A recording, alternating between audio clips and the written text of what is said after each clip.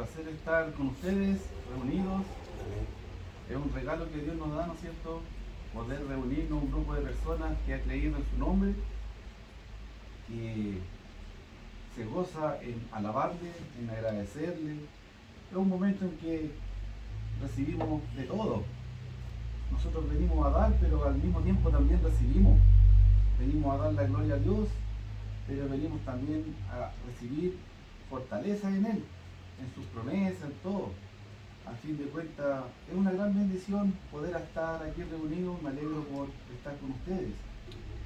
Y el mensaje que tengo para compartir el día de hoy va a usar como texto ancla, como texto principal, Proverbios 14:12.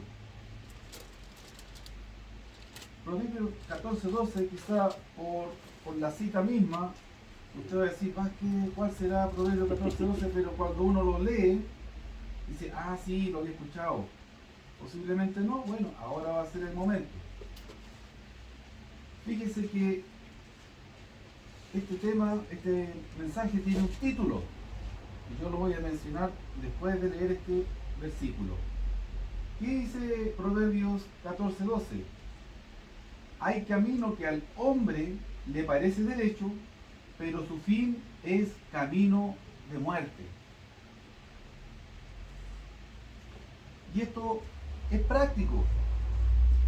Muchas veces sabemos cuál es la voluntad de Dios, qué es lo correcto hacer, pero pensamos que es la excepción a la regla y hacemos otra cosa, y al final decimos, sí, Dios tenía razón, porque al fin Dios siempre va a tener razón. Y mira el título que elegí para esta ocasión. Sentirse bien no es lo mismo que estar bien. ¿Se entiende, verdad? Sentirse bien versus estar bien. Yo puedo sentirme bien, pero eso no significa que yo esté bien. ¿Bien? Y ahí tiene más sentido este versículo quizás que voy a volver a leer. Proverbios 14:12. Hay camino que al hombre le parece derecho, pero su fin es camino de muerte.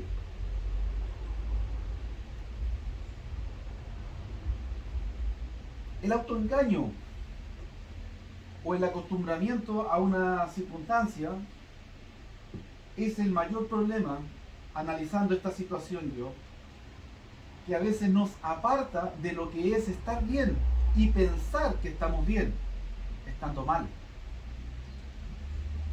Lo digo de otra manera.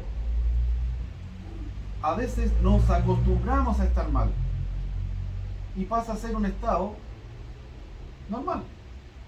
Normalizamos el estar mal al punto de pensar que estamos bien. Eso pasa incluso con las enfermedades. Un dolor que uno ya lo normaliza, no se acostumbra, no, estoy bien. Eso me ha dolido siempre. El autoengaño también.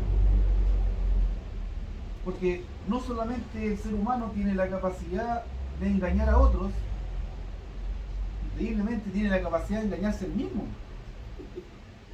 Así es. ¿Quién sale ganando? Nadie. No salimos ganando nunca si nos autoengañamos. Quizás nos vamos a sentir cómodos o nos vamos, comillas, a sentir bien un momento. Pero va a llegar el momento de enfrentar la realidad. Va a llegar un momento en chocar con lo real. Y tener que aceptar que no estábamos bien, aunque nos sentíamos bien. Y tengo aquí varios ejemplos que nos van a llevar por esta idea que está anclada a este proverbio. Tengo varios ejemplos, yo diría como 5 o 6 ejemplos que estuve meditando y los voy a compartir con ustedes. Y a veces los ejemplos que yo doy dan risa, son como cómicos. ¿Y sabe por qué? Porque son verdad. Y a más de algunos nos ha pasado que esto ha sido algo que hemos experimentado. A veces nos reímos de que sí, es verdad. Sí, yo me equivoqué en eso. Y lo importante de los errores siempre es que son una enseñanza. Ahora, el que quiere vivir en el error, eso es otro problema. Nosotros entendemos que en Cristo, en la palabra de Dios, nos perfeccionamos. No somos infalibles, para nada. Pero nos perfeccionamos, eso significa que aspiramos a ser mejor mañana que hoy. Como hoy día queremos haber sido mejor que ayer. Es un perfeccionamiento continuo, progresivo. Trabajamos en eso. Eso no es algo espontáneo, no es algo que va a ocurrir porque sí. Nosotros tenemos que dedicar tiempo a eso, trabajar nuestra vida, ¿no es cierto? Y mira el primer ejemplo que tengo. El estudiante antes de la prueba. Esto puede irse al colegio, a la universidad, y no tan lejos puede irse a cuando le toca renovar la licencia de conducir, o algo por el estilo. ¿Qué ocurre? Bueno, a mí me pasó en el colegio, quizá usted también, yo creo que sí, la universidad también. Uno se sentía lo más preparado para la prueba. No, si estoy bien, estudié, entendí todo. Estoy súper, estoy tranquilo, me siento bien. Pero después la nota era pésima. Y uno es sincero, uno es honesto y se sorprende. No, ¿por qué? Yo estudié, yo pienso que entendí. Y uno se sorprende y quiere ir a reclamar. Obvio, porque hay derecho a réplica. Profesor, quiero revisar mi prueba. Bueno, realmente, que te equivocaste en esto, te equivocaste en esto otro. O sea, sabías, pero te equivocaste. Al final, está mal. No es el caso del que ya sabía que no había estudiado nada. O sea, puede llegar alguien al examen o a la prueba sin haber estudiado nada y está tranquilo porque sabe que le va a ir mal y no hay nada más que hacer. No es el caso.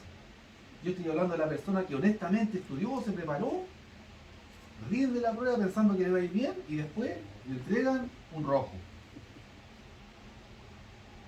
Y yo muchas veces me sorprendí a propósito, sobre todo en la universidad. Y a veces ocurre en cosas como licencia de conducir y todo, uno se estudia el cuestionario, ahora hay aplicaciones en el celular, hay muchas cosas. Y uno dice, no, estoy listo para la prueba. Ya, tengo que volver, repetir. Lo bueno es que hay un repechaje. Y tengo más ejemplos. No sé si usted ha tenido la oportunidad alguna vez, yo sí, de hablar con algún indigente. Conversarle un poquito, hablarle un poquito. Ellos normalmente piden algo para comer, pero de repente uno puede también darle una palabra, escucharlo, preguntarle por qué usted llegó a esta situación, y ahí de repente nace una historia. Después uno da ánimo en la palabra y obviamente alguna ayuda también, como decía el hermano anteriormente, la fe sin obra es muerta. No le vamos a decir ya que coma bien y no tiene ni un peso el hombre, pues hay que darle algo también. Pero en conversaciones con personas que están en condición de calle, que así se le dice ahora, que es lo mismo, ¿sabe qué? Ellos se acostumbran. Y usted le pregunta cómo está, y ellos le van a decir bien. Y es tan paradójico, porque a veces una persona con la que uno se encuentra en el trabajo o en la calle, y que durmió en su casita, su camita caliente, tomó su desayuno, tiene buena ropa y todo, ¿cómo estáis? Más o menos, por no decir mal. Un poco contradictorio. Pero volviendo al ejemplo del indigente, ¿sabe que usted le pregunta, ¿cómo está? Bien, bien. Dicen bien, pues. Ellos se sienten bien, pues. Pero pueden estar pasando por una enfermedad, quizás no comieron, ese día no han comido, pero tienen una actitud, ellos se sienten bien. Pero así como el profesor es el que evalúa al estudiante, que aunque se sentía bien, termina repitiendo, ya sea una materia, un curso, qué sé yo, un asistente social que evalúe a un indigente, a una persona que no va a decir que está bien, va a decir, no, esta persona con suerte tiene la ropa puesta, no tiene para vestirse, no tiene para cambiarse, no tiene donde asearse, no come todos los días, parece que está resfriado, se nota que tiene una tos extraña, lo va a evaluar mal. Entonces no es la misma visión del asistente social que lo está viendo a la persona ahí viviendo, qué sé yo, en unos cartones, en un cholguán, que la persona que está ahí se acostumbró, normalizó su situación, la normalizó. Y no digo que sea opcional, no digo que hay personas que deciden hacerlo, no, hay personas que por fuerza mayor, por lo mismo que he conversado con algunas de ellas, se le dio la vuelta a la vida, toda su vida, se le cambió de un instante a otro y quedaron en la calle, Y al final era asumirlo o suicidarse, pocas palabras. Muchos lo asumieron, pero se rinden y están bien así. No, yo estoy bien así, trabajé tanto para tener, lo perdí todo, me estafaron, el socio que tenía me jugó chueco y quedé en nada, etcétera. Hay personas que pierden la capacidad de seguir luchando al punto de caer en depresiones profundas que llevan al suicidio. Es terrible. Pero saliendo del ejemplo del diabético, del indigente, podemos pasar al ejemplo de un diabético.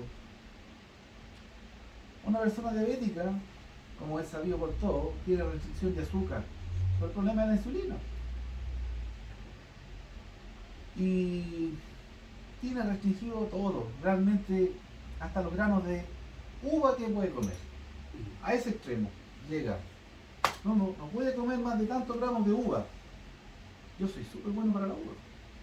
Yo me como 1 kilo de uva. 1 kilo de uva me como solo. Y hace como 8 o 9 meses que no como uva porque los anticoagulantes producen una interacción adversa, no puedo comer. Pero es algo temporal mientras estoy tomando eso. La diabetes es permanente. Pero hay personas con diabetes, incluso hemos conocido hermanos de la iglesia con diabetes, que no se cuidan. Pues hermanos que algunos de ellos ya no están entre nosotros. Si hubieran cuidado quizás estarían, no sé, Dios lo sabe. Y no soltaron nunca la Coca-Cola, entre otras cosas. O sea, como les digo, esta enfermedad es restrictiva, incluso en frutas. Dice, no, la fruta no te hace nada, come todo lo que quieras. No, yo tengo todas estas frutas prohibidas, no puedo. Hay cosas que nos pueden hacer mal, pero nosotros vamos a pensar que estamos bien. La persona que la diagnostican con diabetes de un día para otro y le dicen, usted ya no puede tomar más Coca-Cola. Esa persona de un día para otro no deja la Coca-Cola. Y el otro día está con el vaso de Coca-Cola en la mano, tomando. ¿Cómo estás? Bien. Pero es que no estás bien, estás mal, pues estás tomando bebida, eso te está haciendo mal. No es necesario que sea un doctor el que se lo diga, pero si bueno, es un doctor que es el que está más facultado para decirlo, bien, el doctor, la primera autoridad en el sentido de la salud, le va a decir, no, tú tienes diabetes, estás mal tomando bebida. Pero la persona puede decir, no, a mí me gusta, me encuentro rica, yo me siento bien. Estoy bien, yo me siento bien. Claro, después de tantos vasos, de repente, un coma diabético urgente al hospital. Pero él se siente bien, honestamente se siente bien. Por eso no es lo mismo sentirnos bien que estar bien. Mira, tengo 2 o 3 ejemplos más. El tema de, por ejemplo, una persona que es fumadora o una persona que es alcohólica. Estas son enfermedades. Aquí no estamos juzgando. El alcoholismo y lo mismo el tabaquismo son enfermedades, son adicciones. Pero usted es una persona fumadora, está fumando y dice, oye, estás fumando, te hace mal. La persona le va a decir, no siento que me haga mal. Pero pregúntale a los pulmones. ¿Cómo están? Y realmente el daño del cigarro, del tabaquismo en particular, es progresivo acumulativo, no es revertible. 1 o 2 cigarros que usted fumó en su vida, el daño que le hicieron a la célula de sus pulmones es permanente. Por eso llega un momento en que ya es disfuncional el pulmón. terminan con problemas, ¿no es cierto?, de cáncer o con problemas para respirar, etc. Pero también es cierto, dice la ciencia, que una persona fumadora, desde el primer día que deja de fumar, el cuerpo se lo agradece. Desde el primer día empiezan los síntomas positivos. Así de malo es. Pero una persona que fuma, que está en la adicción del tabaquismo, si usted le pregunta, ¿y tú te sientes bien fumando? Le va a decir que sí. Sí, no, si yo me siento mal cuando no fumo. Ah, recuerdo. Yo a todo esto soy alérgico al cigarro, entonces no hay mi problema, gracias a Dios. Pero lo mismo el tema del alcoholismo. Yo viví muy de cerca eso, tuve una experiencia muy cercana, por años, en ese tema. La persona cuando ya cae en el alcoholismo, como una adicción, se hace esclava del alcohol, ¿cómo dice la palabra? Esclava del alcohol, esclavos del licor. Mire, si tienen que elegir entre un plato de comida o licor, no van a comer. Ese día prefieren tomar algo de licor en vez de almorzar. A ese punto. Y a esa persona usted le puede decir, ¿cómo está? Bien, aquí estamos, bien. Bien. Pero si usted le pregunta al hígado de esa persona cómo está, el hígado le dice, no, mentira, estamos mal y cada vez peor. Porque hay enfermedades que resuenan en la parte física. Y mire, un último ejemplo, para tener bien pavimentado el tema para pasar a lo espiritual. Un conductor. Hay mucha violación a las leyes del tránsito. Yo por lo menos estaba acostumbrado a manejar todos los días, todo el día, y quizás muchos de ustedes también ven que las leyes del tránsito dicen que aquí se cumplen comparado con otros países de una manera notable, positiva. Pero entre nosotros mismos, todos los accidentes, muertes y cuestiones son por no cumplir igual la leyes. Fíjese que ninguna muerte o choque fue porque falló el vehículo de fábrica. No pasa eso. Pasa porque venía hablando con el celular, porque ingirió alguna sustancia que le hizo perder su reacción natural, pasa porque no respetó una luz roja, porque excedió la carga máxima del vehículo, pasa por lo que usted quiera, no disminuyó la velocidad en una curva, etc. Y eso también se normaliza.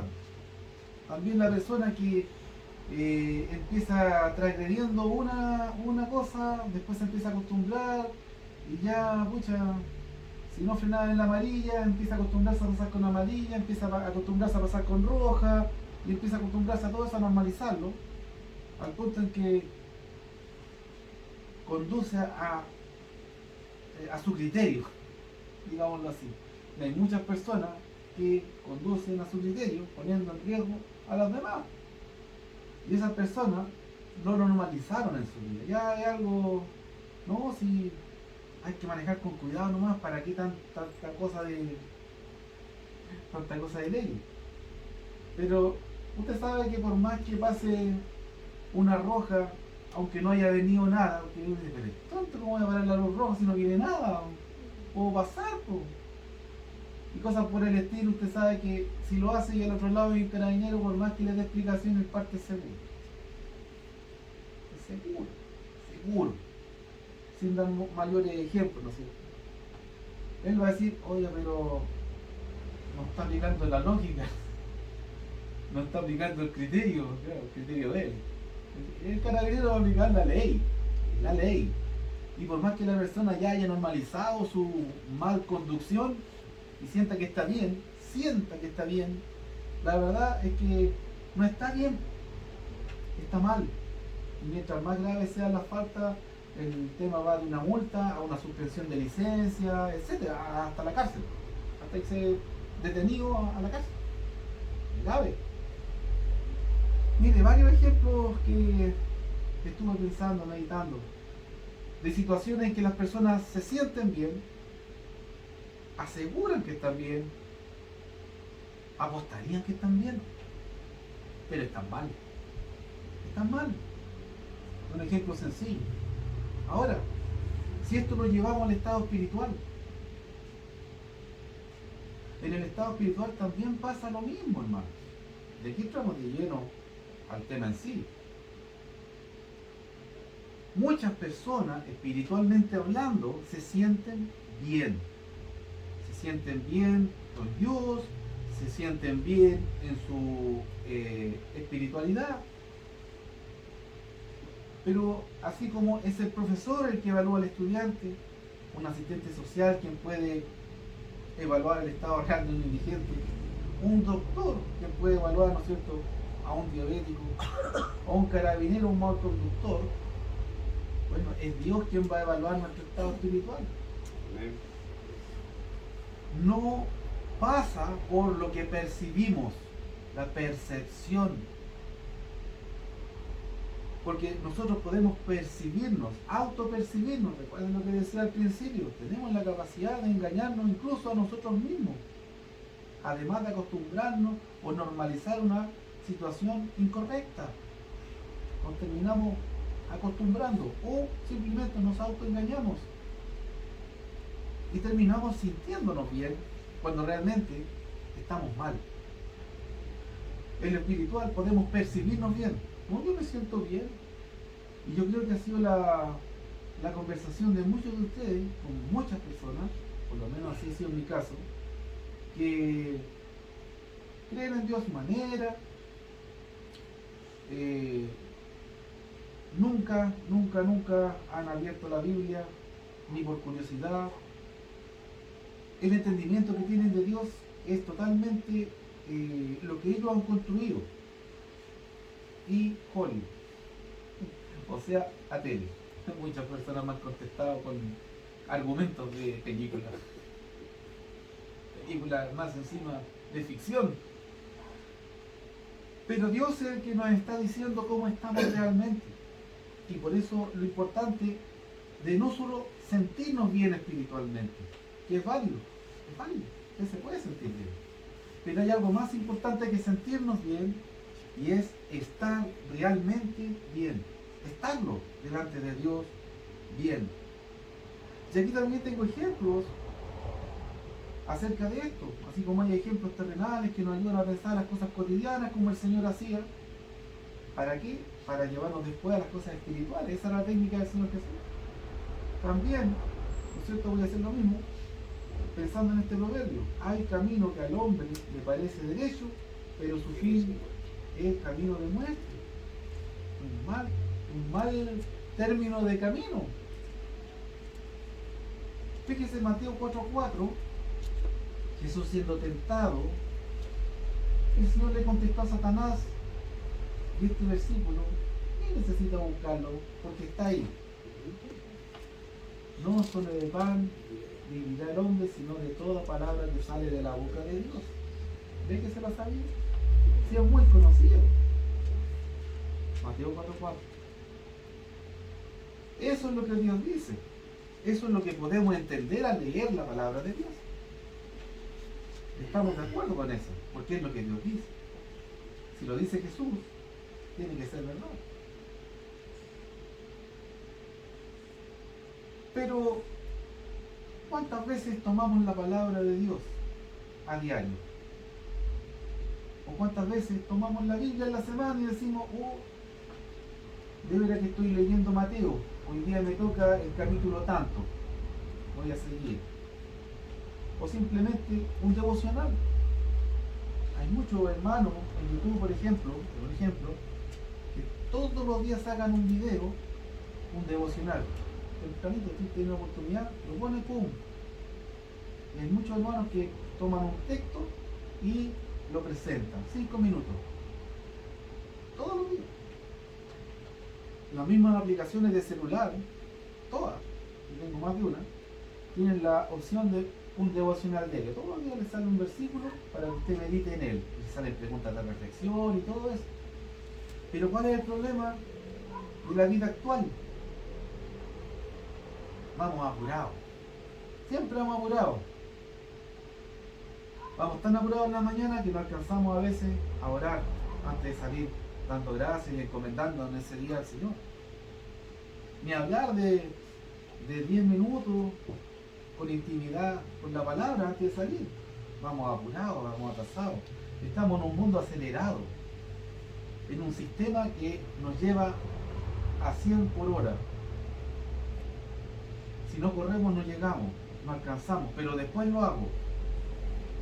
Autoengaño, después lo hago. No, que después va a llegar a la casa, estoy muy cansado, mañana. Sí, mañana voy apurado. No, pues sí.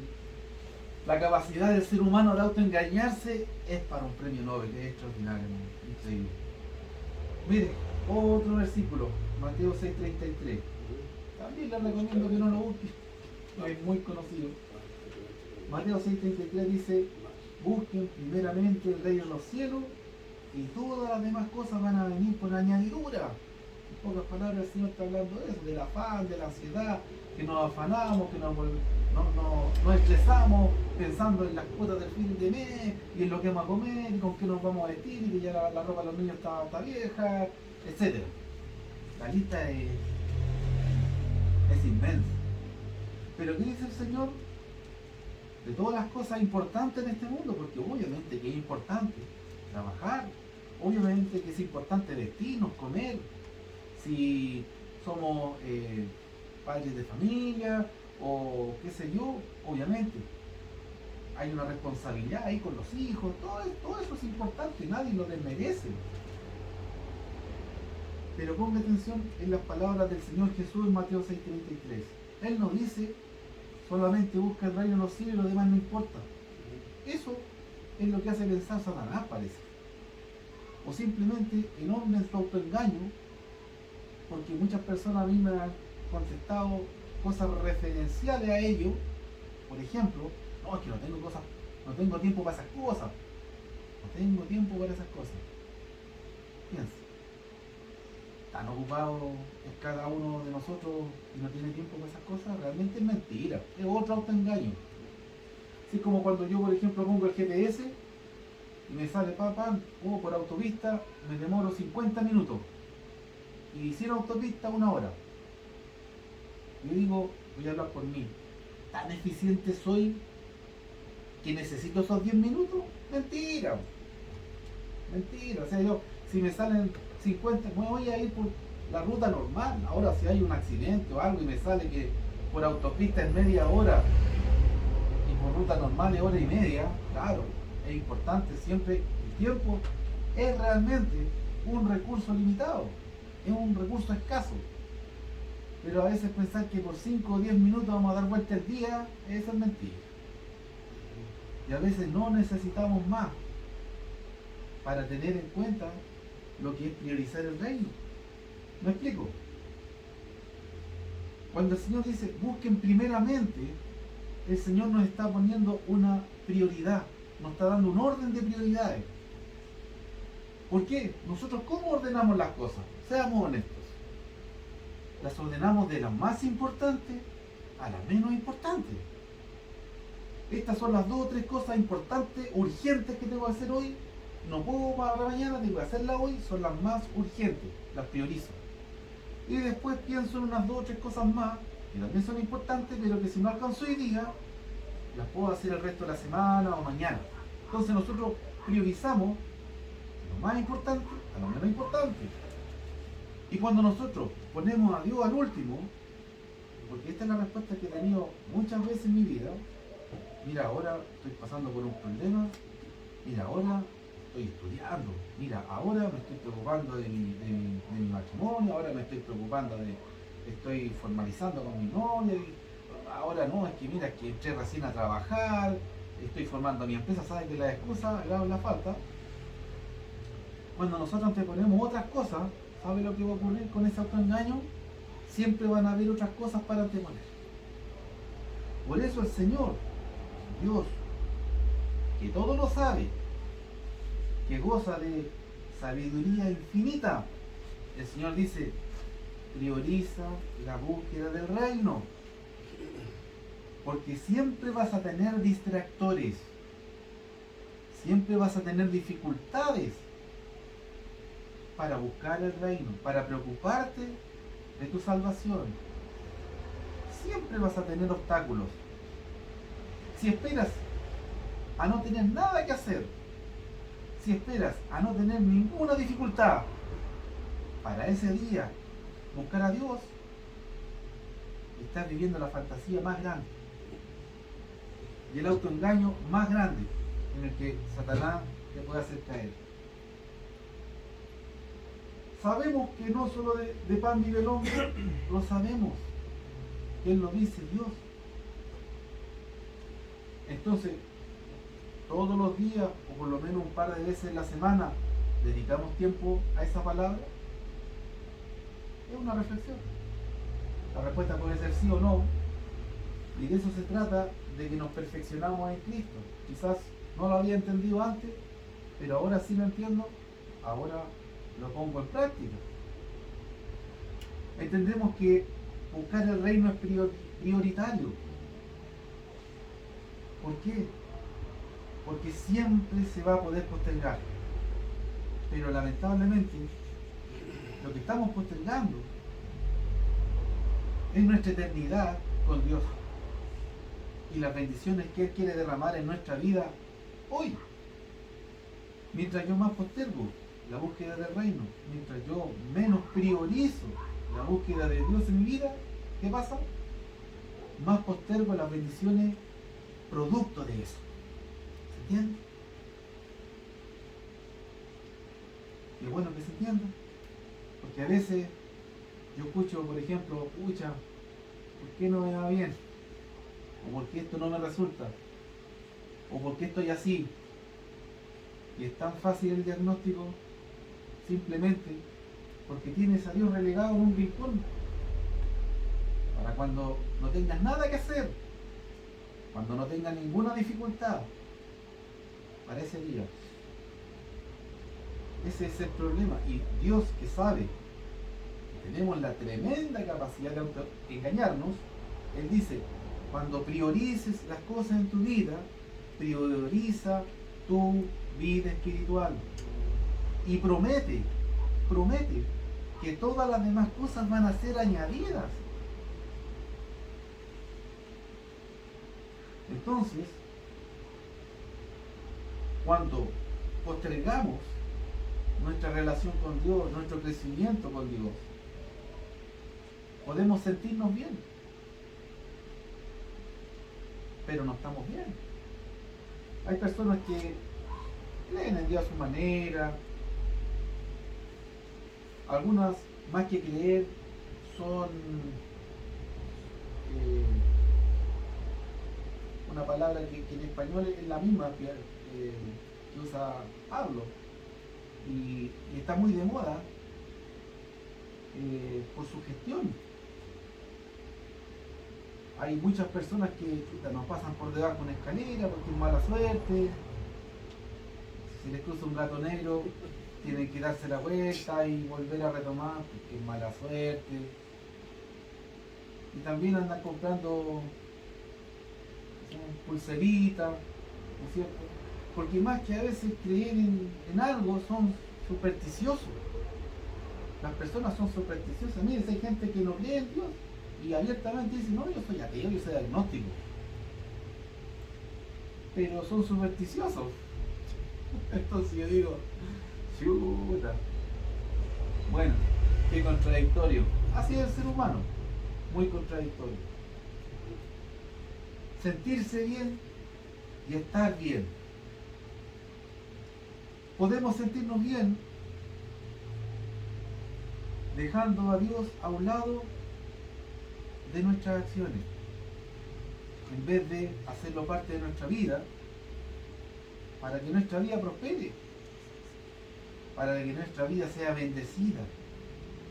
Y al fin de cuentas, para que un día, cuando ya no estemos en este mundo, que no sabemos cuándo, en qué momento partimos, también tengamos la certeza de que vamos a estar con Él en la eternidad.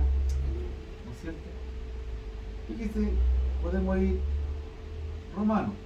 Este sí que quizás es menos conocido, capítulo 3.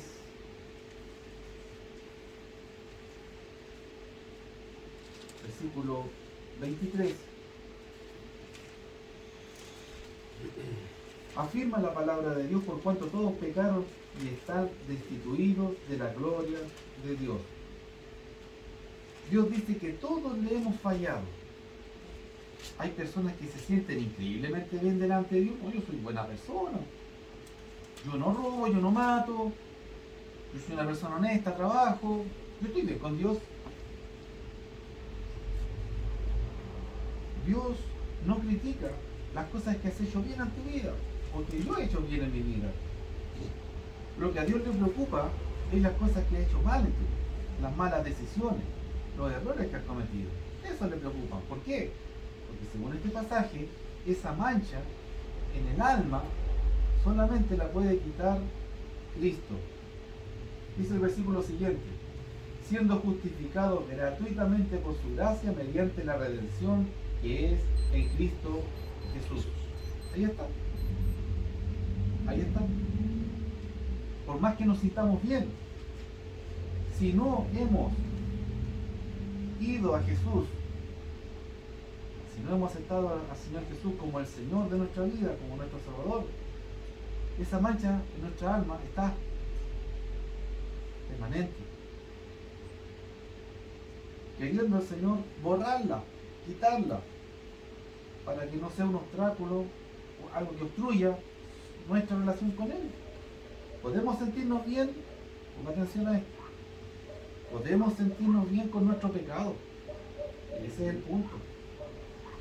Podemos estar cómodos con aquel pecado que alguna vez hicimos y ya no practicamos, o incluso podemos llegar por la capacidad de autoengañarse del hombre y también de acostumbramiento que tiene, de normalizar las cosas. Podemos sentirnos bien incluso con un pecado que estamos cometiendo o practicando. Nos podemos sentir bien. Es una percepción humana. Tenemos la capacidad de sentirnos bien. Pero Dios hoy día nos ha dicho: sentirte bien no significa que estés bien. ¿Cómo sabemos si estamos bien?